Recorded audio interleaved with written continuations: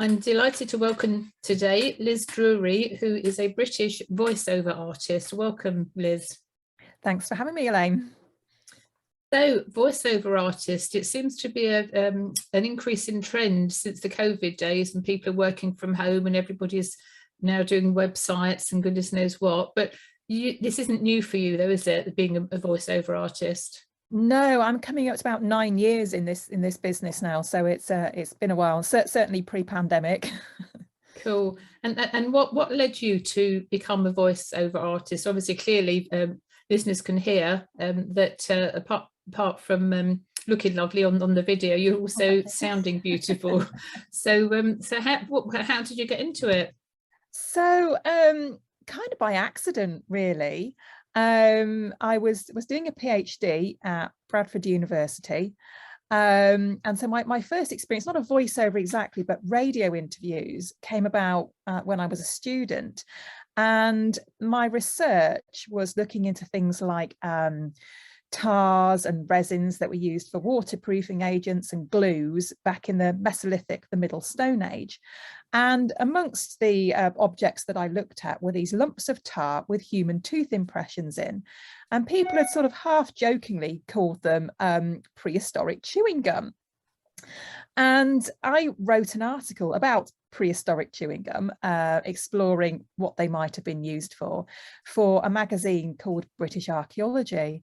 And I can only imagine that it must have been a really slow news week, because the press got hold of this story and it ran for about a fortnight. And my work was reported on the front page of the Times, the Telegraph, the Express, the Mail, the Observer. Wow. And then I was interviewed on Radio 1, Radio 5 Live, Radio 4, lots of local radio stations, a radio station in South Africa at silly o'clock in the morning. And so that's kind of where I got my sort of interest in the media, if you like, and sort of working in the voice sector. And the university had a little recording studio which had an ISDN line which would link to the radio station, so it sounded like I was in the same place as the presenter. And I remember sitting in this little studio waiting to be interviewed, thinking, I'm really enjoying this. This is really good fun. And after that, I started doing some work for the university PR department and represented them at exhibitions and wrote for their magazine and so on and so forth. And so I thought, maybe I might like to have a career in that area. The other career I was also considering at the time, my PhD was coming to an end, and I was working part-time at Eureka, which is the science museum for children in Halifax. And I was very interested in museum education, and I thought maybe that was the direction I wanted to go in. Anyway, around that time I got married. My husband got a job in the chemical industry on the Humber Bank, so we moved to North Lincolnshire, which is where we still are. And I found it really hard to find a job. So I wrote to all the museums in the area, not that we've got very many really, to see whether there was any work in the field of museum education, and there wasn't. So my husband's HR manager said, to my husband, look, I know that you're new to this area and your wife's looking for a job. He said, tell her to come in for a chat with me. I know lots of people, I might be able to help her find something to do. So I went along, I had a chat to this guy, and he asked me what I was interested in. And I said, well, museum education, but I've exhausted that option. I know there's nothing out there. And he said, well, what else? And I said, well, maybe something to do with the media or PR. And I told him the prehistoric chewing gum story. Right, he says, I'll introduce you to John Trevitt, who runs Channel 7, which is the local cable TV station based in Immingham. And I thought, wow, who knew there was a television station in Immingham? So I went along, had a tour round, was blown away by the facilities that they had. That had this big influx of money from European funding to build the studio, but they had no money to actually run it. It was run on a shoestring. So John said, we haven't got any jobs at the moment, but you're welcome to come as a volunteer. And I thought, well, that would be a great way actually to get to know the area and what was going on, and who was who in the local area. So I started volunteering there 3 days a week, doing various things, a lot of admin stuff. And after a few weeks, the job of receptionist became available. So they said, do you want it? And I thought, well, I feel a little overqualified with a PhD to do a receptionist job, but I'm doing it now and I'm not getting paid. So I might as well say yes and, you know, actually start earning some money. So I accepted the job. And then a couple of months later, they put a call out for new volunteer presenters, and they were holding some auditions. And the morning that this was happening, I mentioned it to my husband, and he said, "Oh," he said, "did you put your name down?" I said, "Well, no, I didn't." And he said, "Oh, you should have done. I think you'd be really good at that." And I said, "Well, it's too late now. They've filled up the schedule because so many people want to come and be a volunteer presenter." Anyway, off I went to work, and it started to snow, and it snowed really heavily. And so all these people that had made appointments to come and do their screen test didn't show up. Oh my word. So I said to the producer, "Look, can I have a go at this?" And he said, "Yeah, by all means." So I went and did a screen test, and they said, "Oh yeah, we really like you." But because I was tied to the reception desk, the amount of presenting I got to do was quite limited. So it was only really if someone was on holiday or off sick that I was able to go and do it. And after I'd been there about a year, I was totally fed up with being a receptionist, having people be rude to me all day. And I actually went and found myself another job as a journalist. Went to see my boss to have my notice in, and he said, "No, don't go." He says, "I know the publication that you've applied to. I know people that have worked there before and they hated it. You'll hate it as well." He said, "I've just applied for this big European grant. I'm sure it's going to come off. And if it does, there's a much better job for you." So I decided to trust him, and I stayed, and he did get the money. And after that, it was much better. I had my own program that went out live twice a week, called Community Express. So it was very much for and about the local community. And I would have guests come into the studio who would interview live on television, and in between times would go out and we would film video inserts for the programme, you know, local community groups, talking to people on the local council or connected with education or events that were going on in the area, and had a jolly good time doing it, really. And unfortunately, that kind of came to an end because it was paid for by a European grant. The grant came to an end at the same time I was about to go off on maternity leave anyway. So I went off to have my daughter, intending to go back. And while I was off, the business got sold. And so there was no job to go back to. So I thought that was going to be my, you know, the end of my career in the media. I ended up doing something completely different, working at a sixth form college, not teaching, but more on the admin side and arranging conferences for them, making links with the local business community, that kind of thing. And then at the back end of 2011, my husband was asked to go and work in the States for a couple of years. So we moved out to near Baltimore, and he was going to work and the kids were going to school. And so I was at a bit of a loose end, really. So I enrolled at the local community college, and I did acting and I did singing, which were two things that I enjoyed doing, but I'd never had any training in. And then I saw a course advertised that was called Acting for the Camera. And I thought, oh, it'd be so much fun to get back in front of a camera again. So I went along, and it was an evening class, and only 4 people showed up. So the tutor said, "Well, I've got things arranged, but because there's such a small number, you tell me what you're interested in and I'll tailor the course to you guys." So I said to her, "Well, I've worked in local TV before, and I've got a bit of experience of doing voiceover when I worked there, because I voiced over adverts for the channel or those short documentaries we made, that kind of thing." I said, "But I've got no idea how I would go about actually pursuing that."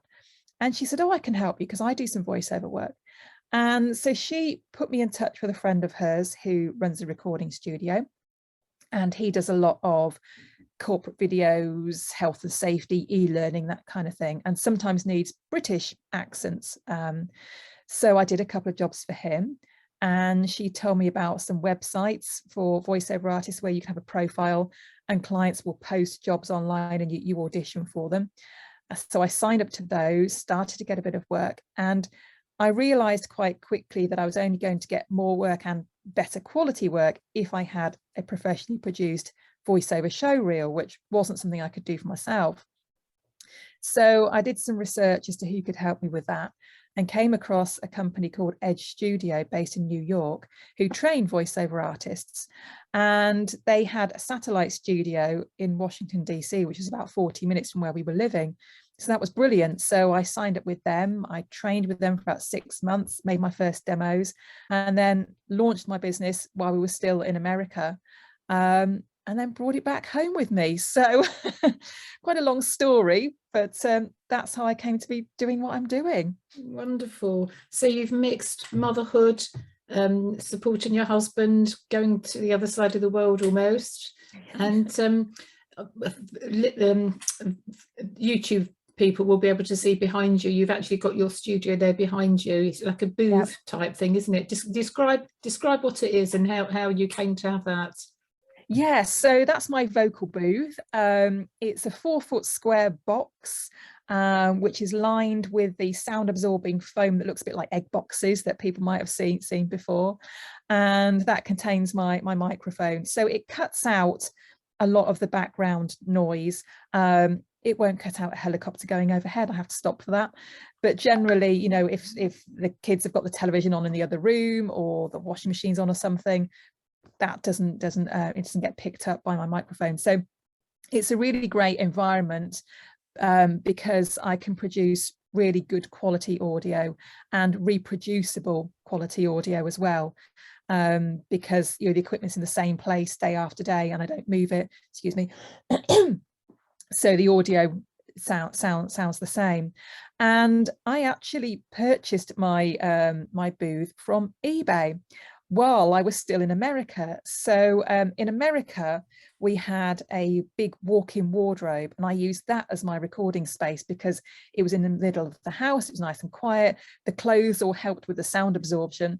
But I knew that when we moved back to our house in North Lincolnshire, I didn't have the luxury of walk-in wardrobe. So I was going to have to come up with another solution, and pretty fast, because I had, ongoing clients by this time, people who were coming back to me. So I had a look on eBay and found that this was for sale at a studio down in London. I'm in North Lincolnshire, so it's a fair way to go to London and pick something up, but it was a fraction of the price that I would have paid for a new one. Now, the issue was I was still in America when this was for sale. It was in London and I needed it in North Lincolnshire by the time I got home, which is about 3 weeks, in 3 weeks' time. Fortunately, at that time, I had a friend who owned a big van. So I called him and said, could you do me this massive favour? Can you drive to London and pick up this vocal booth for me? Which he did. So when I came home, that was in pieces in my garage, ready for me to put together. And what you'll be able to see, Elaine, on my screen is that there is a beam across the middle of my room, and it just fits under that beam. So it was clearly meant to be. Perfect. What kind of work do you do, and what's your favourite work? So it's quite varied. I work across all sorts of different voiceover genres, but it tends to be mainly in the corporate sector. So I do commercials, for TV and radio, but I tend to do a lot more of corporate videos, which might be going on people's websites or social media to explain their product or service. I record a lot of e-learning projects, for online training courses. Voicemail greetings and on hold sales messages for all sorts of different businesses, audio tours for museums and art galleries, announcements for events, so that disembodied voice telling you to take your seats or who's won the next award. I do some of that, which is called Voice of God work. So yeah, really quite varied. And as for my favourite, I do enjoy the e-learning work, actually, because I learn while I'm recording it, and also the museum and art gallery audio tours, again, because they're interesting. It's something I can really get my teeth into. But possibly my favourite job to date was for a local farm park. A couple of Christmases ago, they were creating their Christmas themed extravaganza for the children, and I was asked to be the voice of the train that was taking the children to see Father Christmas. Oh, wow. Can you remember what you said?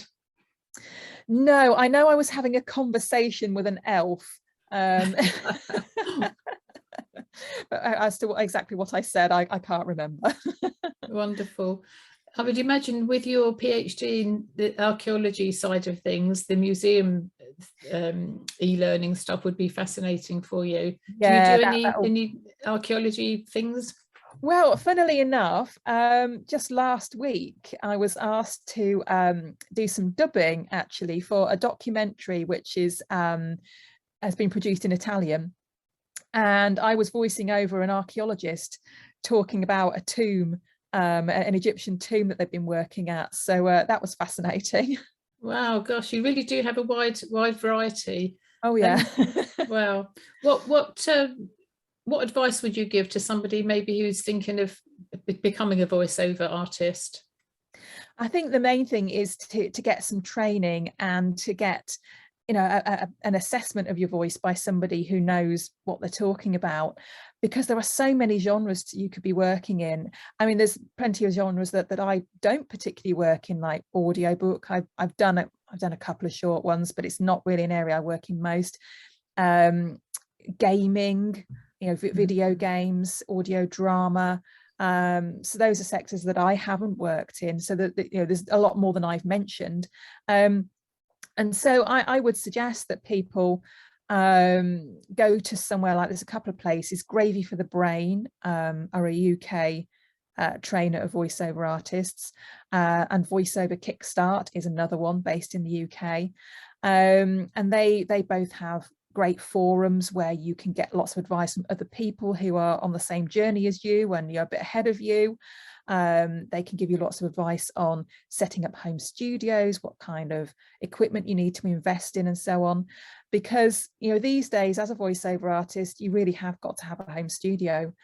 And, you know, particularly after the last couple of years, because, you know, I did have colleagues who were based down in London and, you know, had great London agents and would just go into Soho studios all the time to record. Well, suddenly that was all taken away from them and they had to scrabble around to set up at home. You know, I'm a long way from London. I've got to have a home studio. It's the only way I'm going to get any work. So yeah, look for some training and, you know, help and advice on getting set up with a home studio, because that's going to be necessary if you're going to work in this industry. Do you ever rent out your studio, or is it purely for your use? Well, actually, funnily enough, over the last year, yes, I have rented it out a couple of times. And it's, I mean, obviously, it's only available when I don't need it myself. But I'm not recording all the time because I've got other things to do, and marketing and editing and finance and all the other things that, you know, small business owners have to do. So yes, I am prepared to rent it out to other people. And last year I rented it out a couple of times to a company who were producing some children's audiobooks, and they were being narrated by the authors, and they'd got another studio all lined up, so they thought. And when they got there, the studio really wasn't the kind of quality they were after. It was more like some foam stuck up on a wall and a couple of moving blankets in somebody's back bedroom. So they got in touch with me and said, could we possibly come and use your booth? So they did. And then just a couple of weeks ago, I was contacted by Global, who are the company that run a lot of the radio stations in the UK. You know, the commercial radio stations, and they were looking to make a commercial for the Department of Work and Pensions. And as part of this advert, there were 2 people in the Grimsby area that they needed to record, and they were really struggling to find a professional studio that these people could go to. And they got in touch with me and said, you know, any chance they could come and use your studio, which they did. So yes, that has happened a couple of times quite recently. Brilliant. All these collaborations that we're finding that, you know, we never were around, you know, pre-COVID. I think COVID has caused a lot of people to reconsider how they're working. I'm looking forward to getting my studio set up again, because I started in radio volunteering, and I think that's a good way for people to get involved, because you see things from the inside out, don't you? And when you're doing on voluntary community radio, it doesn't matter if you make mistakes. You know, we're all human, and that's how we learn, isn't it? Yeah, So absolutely. I go straight to podcasts now because I now live in Portugal, and I can't go to the studio where I used to in northeast Derbyshire. So I've made my own version. Yeah. But I've moved 4 times since I've been here, so it's not been practical. So I'm looking forward to setting all that up again. So thank you so much for your time, Liz. It's always interesting to hear unusual professions and how people got to where they're at. Typically, my podcast guests have been regarding health and well-being. And actually, when you hear a really good voice artist speaking, that is like a feel-good thing, because some people have just got awful voices. But your voice is lovely, and I've heard some of your work, and it's really uplifting. So thank you. Thank you. Thanks. So how do people find you? Anybody wants to have a chat with you, to maybe engage you for some work? Yeah, so my website is very easy. It's lizdrury.co.uk, and I'm also quite easy to find on LinkedIn. I'm quite active on there and always happy to connect with people who want to connect with me. Wonderful. So lizdrury.co.uk. Thank you so much, Liz, for your time today. Thanks, Elaine.